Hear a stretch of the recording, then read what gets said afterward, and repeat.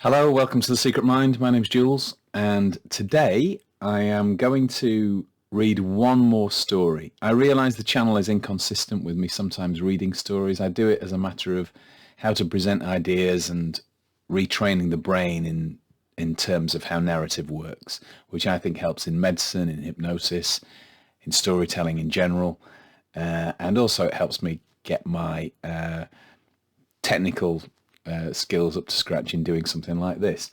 I'm aware it's not that popular, and I'd been moving into horror stories because I think they're interesting, and from this book. But I just woke up today and I thought, I'm going to read you the longest one. It was well reviewed. It's 30 pages or something. So, but this will be part one.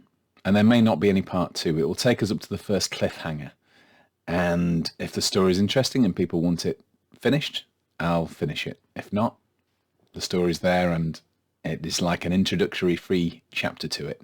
It is only a short story, but it is a little longer than the others. It has similarities to The Monkey's Paw, if you're familiar with that. I may take these stories off this channel altogether. I may not do them. I may put them on somewhere separate themselves, or I may keep them on the same channel. But I'm worried about the inconsistency because I'm going to be spending more time doing hypnosis and medicine during my next phase. So what you're about to hear, if you've listened this far, is the first part of The Island of Regrets by Elizabeth Walter. And I hope you enjoy it.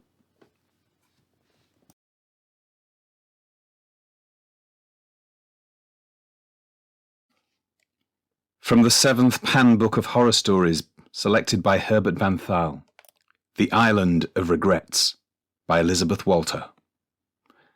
The Cock Door, a modest hostelry with an excellent cuisine some 25 kilometres east of Quimper, is not crowded in the last week of September. It's too near the end of the year. At the beginning of October, the shutters go up for the winter, and the proprietor and his wife, who does the cooking, hibernate.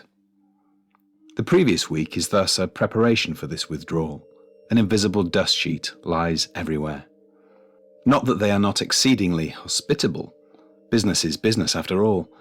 But only those visitors who think it smart to be out of season brave their welcome, or perhaps a casual traveller passing through. Peter Quint and his fiancée, Dora Matthews, belonged in both categories. They had deliberately chosen the end of September for their holidays, and they were motoring in Normandy and Brittany. From Dieppe, they'd come slowly southwards.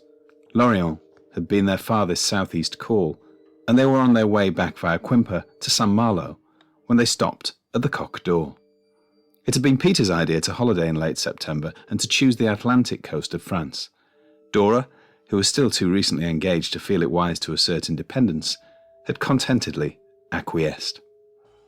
It was the first holiday since their engagement had been announced to their surprised small world. They were spending it in getting better acquainted. Such was their relationship.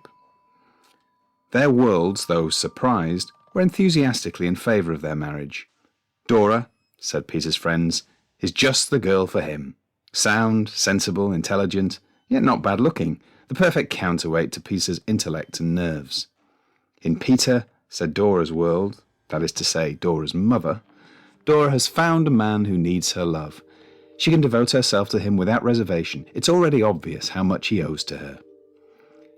Dora's devotion, which had begun before the engagement, and there were some who said that Dora had proposed, was not so much a dreamy-eyed hero worship as a determination to influence and mould. She recognised, how could she fail to, the superiority of her fiancé's brain, but a position in the Ministry of Agriculture and Fisheries did not seem to her to accord with Peter's worth. Had his opinion been asked, Peter would no doubt have agreed with her. But Dora, beginning as she meant to go on, did not canvass his views on this, or any other matter. It would have never occurred to either of them that she might be wrong. Since coming down from Oxford with a first in classics, Peter had pursued a decidedly deviating course. A brief acquaintance with the schoolboy recipients of his learning had convinced him and the staff that teaching was not for him. An even briefer foray into the management trainee jungle had resulted in an equally rapid retreat. In desperation, he sat the civil service examination and had ended behind a desk in the Ministry of Agriculture and Fisheries. This employment, though not arduous, was uncongenial, neither ag nor fish, being much concerned with higher things. During the previous winter, Peter had suffered a mild nervous breakdown. This was politely credited to overwork. It was while recovering from it that he had first met Dora Matthews, staying with her widowed mother in the same seaside private hotel. The boarders, no one but the management could have thought of them as residents, were all more or less under Dora's spell. She was young, and they, poor dears, were ageing. She was nimbler on her feet than they. This naturally made it difficult to avoid her ministrations. Only the spryest and the fiercest got away. The pale young man who appeared among them on Maundy Thursday evening was at once a scapegoat and an answer to prayer. One and all, the boarders conspired to throw the young people together. Never was matchmaking more cooperatively carried out. Never was matchmaking more cooperatively carried out. Not surprisingly, Peter saw a good deal of Dora. 3 weeks after he returned to London, their engagement was announced. Dora was all for hurrying on the wedding, but Peter proved unexpectedly firm. Some instinct of self-preservation warned him that he would be surrendering body and soul. About the body, he was not so troubled, being sexually repressed and confused, but the soul was an entirely different matter. He wanted for a while longer to be able to call it his own.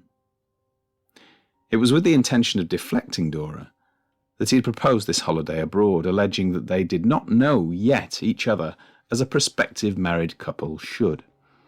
At the back of his mind, he had half hoped that Dora would raise objections which would enable him to break the engagement off, but as a less naive man might have expected, she was only too ready to agree. Peter owned a 1961 Ford Zephyr, and both he and Dora could drive. A motoring holiday seemed to offer the ideal of leisurely progress and enforced proximity. Thus they drove one evening from Lorient to Quimper. The weather, which had been bad throughout the holiday, had excelled itself, and the rain was streaming down. The equinoctial gales had set in punctually that autumn. Too often the landscape was obscured by trailing crowds and ropes of rain. As for the seascape, it boiled and thundered and spurted, and the spray and sea mist hung above it like steam. In the bar, while the proprietor's wife was cooking their dinner, Peter enquired about the sights of Kerulac. He was not surprised to learn that they were virtually standard, a savage and magnificent coastline, and a chapel dedicated to some local Breton saint. The proprietor seemed to feel that no apology was needed. It was not for these that people came to Kerouac. But he was a good-hearted host and set out to entertain the lady, whose French was so much better than the man's. Peter, struggling to follow a language with which he was not perfectly familiar, was astonished to hear Dora ask, "What is the island off the coast that you can see from the hill above the village?" "That, madame, is the Île des Regrets." "The Île des Regrets? Did you hear that, Peter? The place is called the Island of Regrets." "What are you talking about? What island? I never saw one." "You were driving, dear. You had your eyes on the road." "And the weather, monsieur, would have prevented you from seeing it. It is astonishing that it was visible to madame." "I only saw it for a moment," Dora informed him. "There was a lull in the squall, the mist lifted, and it was there. It looked so near I wanted to put out my hand and touch it, like a child's toy left floating by the beach." "The distance is deceptive," the proprietor said darkly, "and the tide rip has been the death of many a boat. At certain times it is as though all the waters of the channel were being funneled through one narrow rocky slit." "The kind of place one would regret trying to get to," Peter murmured. "No wonder it's called the Island of Regrets." "No, monsieur, that is not the reason for its title. The island is a magic place. You understand?" "You mean there are superstitions about it?" Dora corrected. The proprietor frowned. "As you prefer, madame. We Bretons say that it is a magic island. It grants the first wish you make when you set foot there, but grants it in such a way that you will wish it had not been granted. That is why it is called the Island of Regrets. How quaint, Dora said. I do love peasant superstitions. Does anyone live on it? A boat calls once a week, the proprietor said with some ambiguity. Weather permitting, that is. The weather doesn't permit much as present, does it? Peter said glumly, looking at the lashing rain. Courage, monsieur. With us there is no telling. Yesterday, today, and tomorrow are different days. The weather of one day bears no relation to that of another. Tomorrow may be a beautiful day. If it is, Dora said, I vote we go to the island. Impossible, madame. It would be dangerous to go alone, and none of our local boatmen will take you. They say the island is an unlucky place. Why? You've only got to make sure your first wish is something innocuous. No, the superstition, as you call it, it is more complex than that. They say that the island dwellers, the unseen dwellers, do not wish to have their privacy disturbed. Any violation of their territory is punished. Any theft, however small, will mean your death. 3 years ago, a boy landed there and ate some blackberries. He died, madame. Here in Kerouac, he died. That very night. You can go and see his gravestone in the churchyard. Dora smiled. I'll believe you without that. But don't you think there's a rational explanation? He probably ate some poisonous berries by mistake. That is what the doctor said, madame, but not a soul in Kerouac believes it. Poisonous berries do not look like blackberries. A local lad would not make such a mistake. It is more likely that the island dwellers were angry at his stealing and punished him according to their law. Who are these island dwellers? Peter asked, curiously. The proprietor spread his hands and shook his head.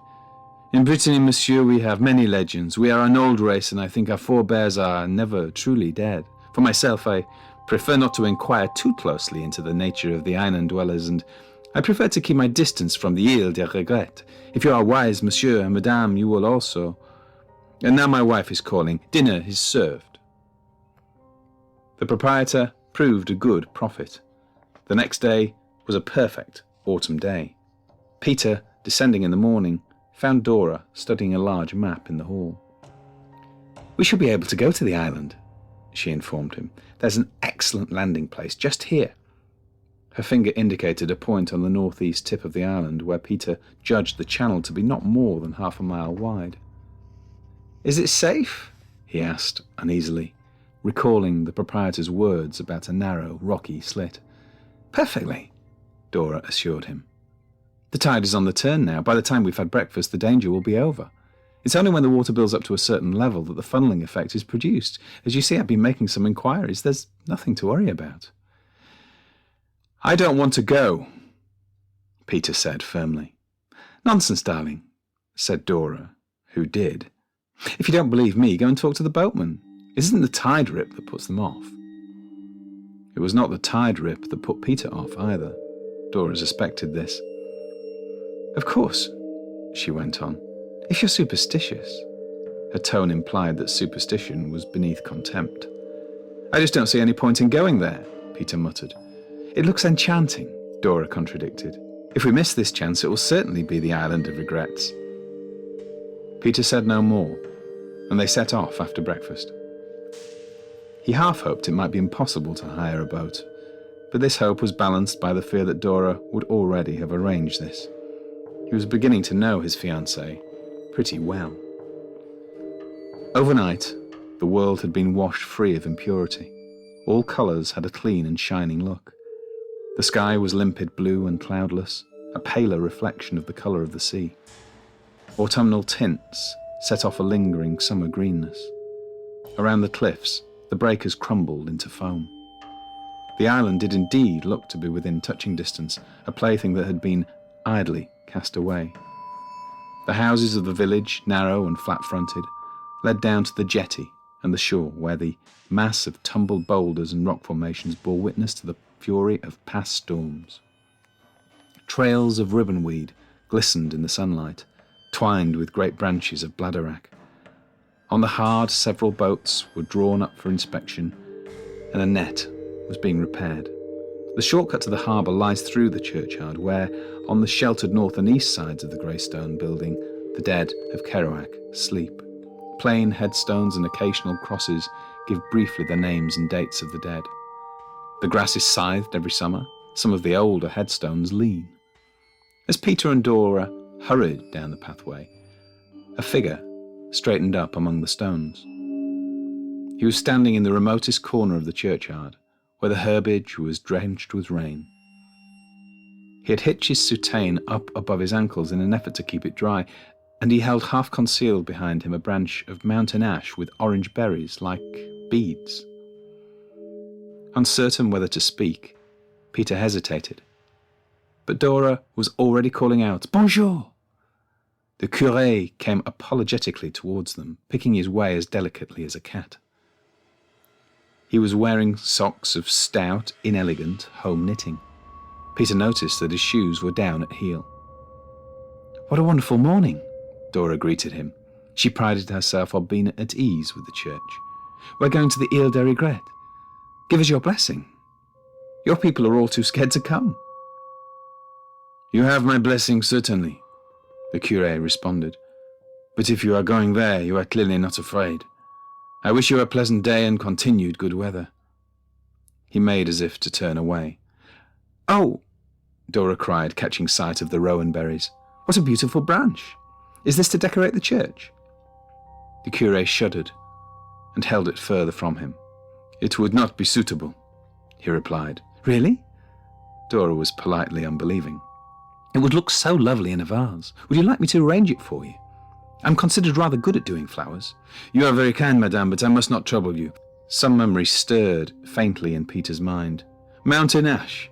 Isn't that a talisman against evil magic?" The curé admitted, "There are those who believe it to be so." Dora, momentarily excluded from the conversation, had not been wasting her time. "There are no mountain ash trees in the churchyard," she cried archly. "Mon père, where did you get it from?" The curé twirled the branch unhappily. "Among the Bretons, the old beliefs die hard. They are faithful children of the church, madame, never doubt it, but they cling still to certain relics of their past. It can happen that a person dies in such circumstances that these superstitious beliefs come into play. In such cases, a talisman may be placed on the tombstone so that his evil spirit shall not walk." "In the 20th century?" Dora exclaimed in mock consternation. "We are less advanced than you suppose, madame." "I've never heard of anything so absolutely archaic. Did they really believe that evil spirits walk?" "Whose grave was it?" Peter asked, with growing foreboding. "A young man, monsieur. You would not know his name. He died 3 years ago from eating poisonous berries." "Which he found on the Ile de Regrets?" The curé looked obstinate and unhappy. "As you say, monsieur. He found them on the Ile. There were those who said he should not be given Christian burial, but with God's help I managed to prevail." Only just, Peter thought, glancing at the decrepit corner from which the curé had come. "May you rest in peace," he said. "Amen." The curé crossed himself. "Au revoir, monsieur, madame." "This place is extraordinary," Dora said, before he was out of earshot. "Even the priest is afraid."